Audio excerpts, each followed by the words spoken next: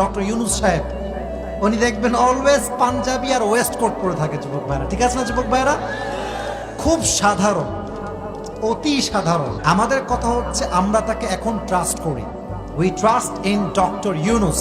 It doesn't mean যে তাকে আমরা খোদা মানি, ইট মিনস আমরা মানি যে আল্লাহ তাকে দেশের জন্য একটি সম্পদ করে পাঠিয়েছে যুবক ভাইরা, ঠিক কিনা বলেন?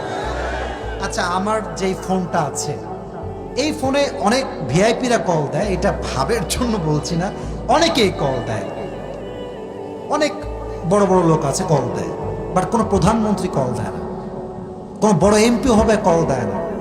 বাট উনি এমন একজন মানুষ যার কাছে আমেরিকার প্রেসিডেন্টও কল দেয়, হিলারি ক্লিন্টনও কল দেয়, এবং দেশের সবচেয়ে বড় বড় ওয়ার্ল্ড ব্যাংকের এমডি তাকে কল দেয়। মারহাবা বলবেন না আপনারা সবাই?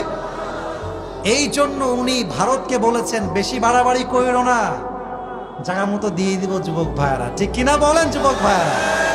খুব ব্যাখ্যাই বললাম না, আমাদের কথা একটা ভারতদেরকে আমরা উদ্দেশ্য করে বলতে চাই, সাবধান হয়ে যান। বউকে দিয়ে বহু জ্বালাইছেন, এবার কিন্তু আমরা আর মানব না। বেশি বাড়াবাড়ি করবেন, সমস্ত জালিমের ষড়যন্ত্রের সমস্ত গোড়াকে আমরা ভেঙে চূর্ণ বিচূর্ণ করে দেবো যুবক ভাইয়ারা, ঠিক কিনা বলেন? এই যে বন্যা হয়ে গেল কুমিল্লা, ফেনী সহ এই অবস্থা, এর পেছনে ভারত 100তে 100 ভাগ দায়ী যুবক ভাই, তারাই দায়ী এটার জন্য। তবে হ্যাঁ, আমরা সংঘাত চাই না, আমরা মারামারি চাই না, বাট আমরা ডিফেন্স শিখেছি। যদি তুমি আমাকে মারতে আসো, তোমার পিঠের চামড়া একটাও বাকি থাকবে না। তুমি আমার সঙ্গে ভালো হবা, আমি তোমার সঙ্গে ভালো হব। তুমি খারাপ হবা, খারাপের 14 গোষ্ঠী উদ্ধার করে আমি ছেড়ে দেব। ভালোর সঙ্গে ভালো হন, খারাপের সঙ্গে খারাপ হন। আর ভারত যে পর্যায়ে এখন গেছে, বন্ধুত্ব মনে হয় বেশি দিন টিকবে না আমাদের যুবক ভাইরা, ঠিক কিনা বলেন?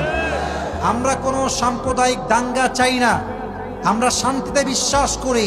আমাদের সঙ্গে শান্তি রাখলে শান্তি থাকবে, নয় আমরা যুদ্ধ করতে আবার প্রস্তুত আছি ইনশাআল্লাহ।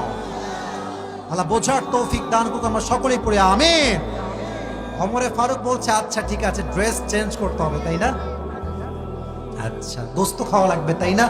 আপনাকে বলেছে কে? তার নাম বলেন। কে বলেছে? এটা সাহস কার? এবার আয়েশার চেহারাও নিচু হয়ে গেছে, হাফসাও নিচু হয়ে গেছে, কথাই বলে না। এবার আম্মা জান আয়েশা একটু সাহস করে বলছে, আপনি কি রাজি আছেন কিনা আগে তাই বলেন। বলছে আমি রাজি কিনা একটু পরে বলবো, আগে একটু এক্সাম্পল দেই। হাফসা দাঁড়াও, দাঁড়িয়েছে।